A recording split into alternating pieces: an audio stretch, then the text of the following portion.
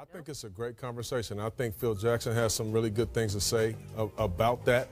For medicinal use, I think we absolutely need to have that conversation. The Players Association need to talk about that with the NBA because there's a lot of science behind it, right? I mean, these people, we've been through a ton of injuries, a lot of injuries.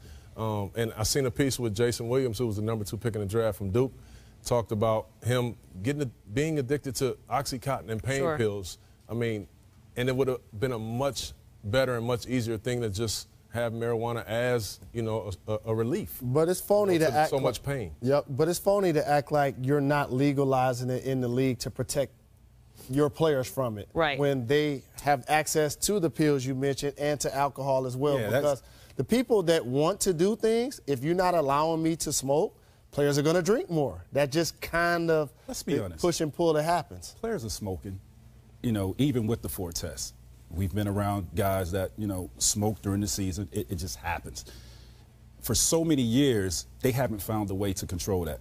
Why not? When you smoking, have you been around guys that smoke? How mellow are they? They ain't causing no problems.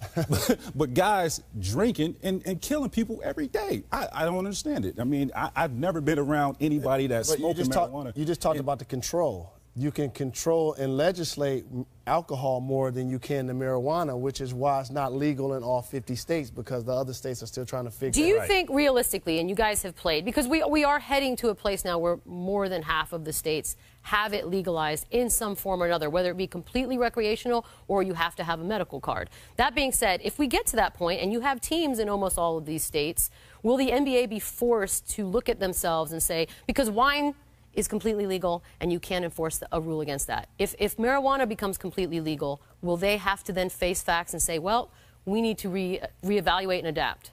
Well, obviously you're going to be able to always regulate things. I mean, alcohol is legal, but you can't do it while you're drinking, while you're driving, excuse me. You can't do it, you know, in certain establishments. I mean, there's always going to be a way to regulate it.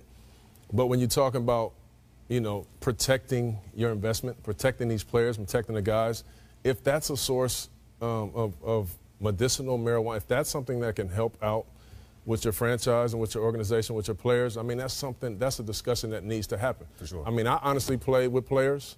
I'm not going to name names. Of course I'm not. I'm not that kind of dude. Yeah. But I wanted them to actually smoke. They play better like that.